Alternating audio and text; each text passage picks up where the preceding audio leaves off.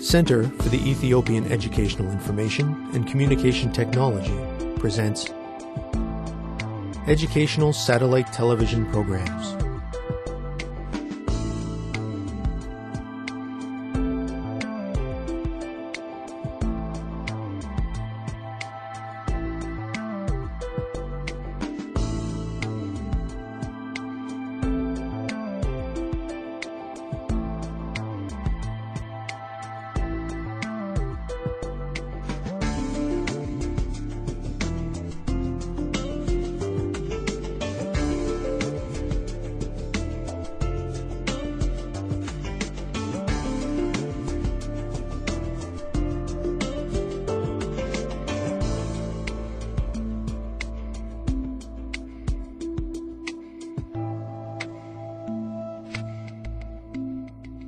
Hello, teacher.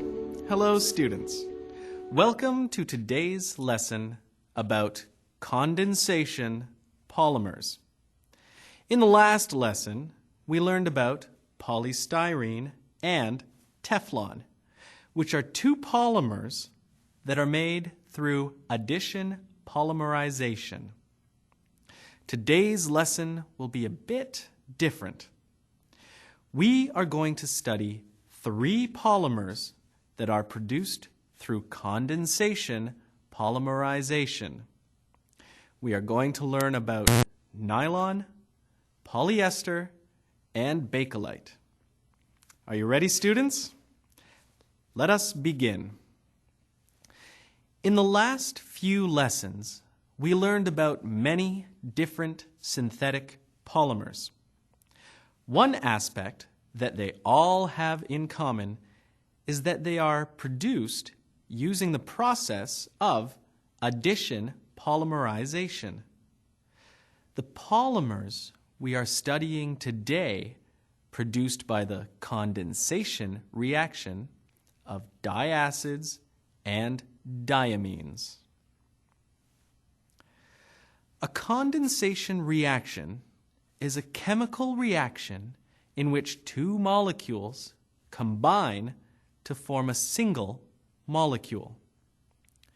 During this process, they each lose a small molecule. Often, it is a water molecule that is lost. Thus, it is known as a dehydration reaction. Sometimes, the molecule that is lost is something else. For example, hydrogen chloride, methanol, or acetic acid. In this type of polymerization reaction, a series of condensation steps takes place. Monomers, or monomer chains, add to each other to form longer chains. It may be either a homopolymerization containing a single type of monomer. Alternately, it may be a copolymerization involving two monomers. Let us pause for our first activity, students. In your own words, please write down what happens in a condensation reaction between monomers. You can go ahead now, students. Students, let's get ready. Begin.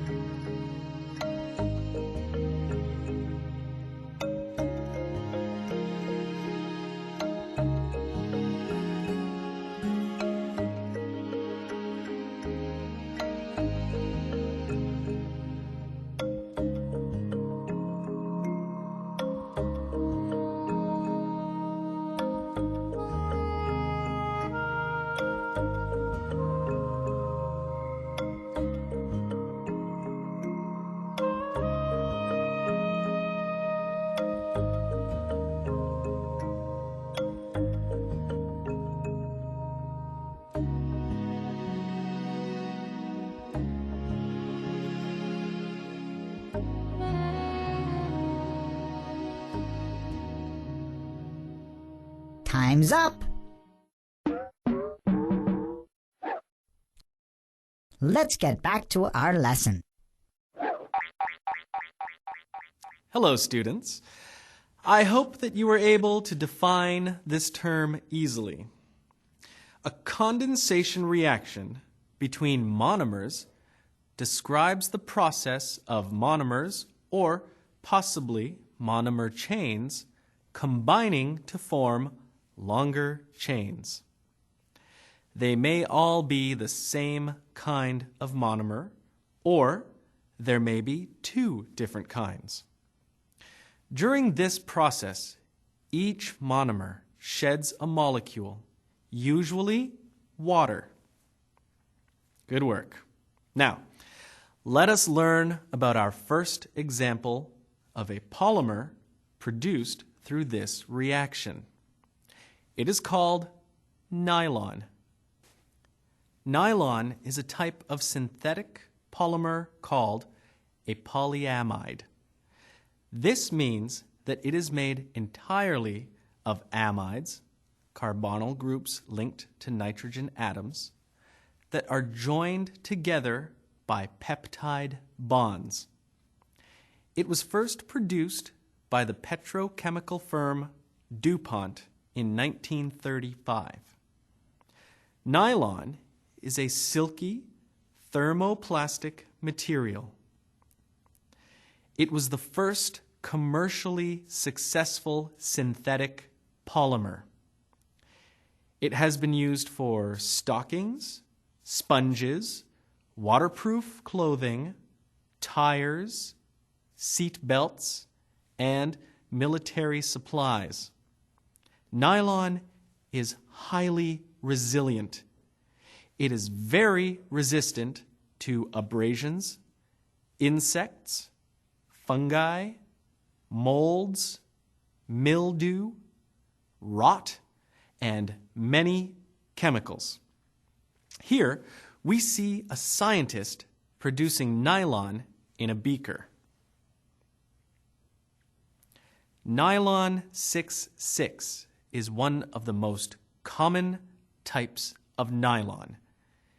It is a copolymer and is prepared through the condensation of 1,6-hexamethylene diamine and adipic acid.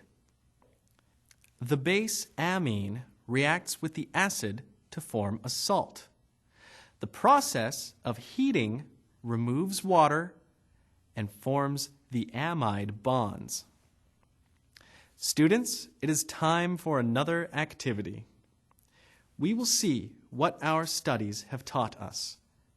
Please write down the chemical equation for the formation nylon 6,6 from the monomers. Do your best. Students, let's get ready. Begin.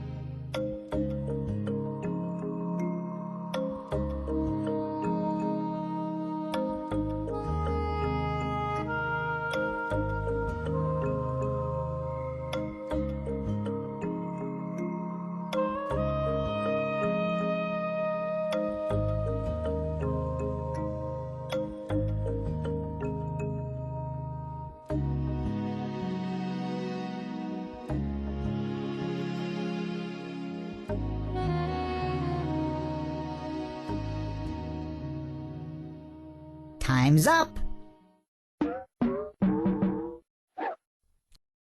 Let's get back to our lesson. Hello again. I hope that you were able to accurately recall the chemical equation for nylon. This is the correct equation.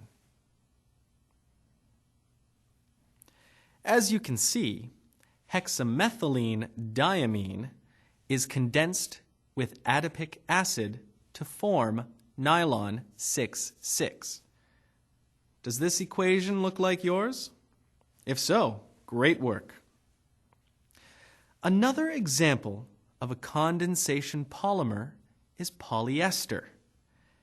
There are actually many different polyesters.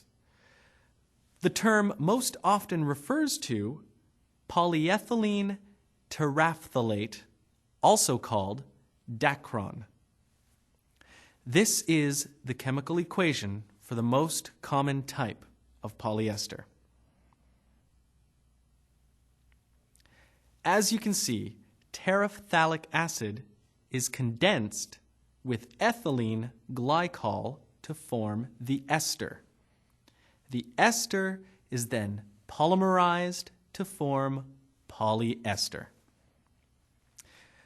Most common polyesters are thermoplastic polymers. Polyester is strong, impact resistant, and is chiefly used for synthetic fibers. Blending it with cotton yields fabrics that are durable, easily dyed, and wrinkle resistant. As a result, fabrics woven from polyester are widely used in clothing and home furnishings. Industrial polyester is used for tire reinforcements, conveyor belts, and plastic reinforcements with high energy absorption.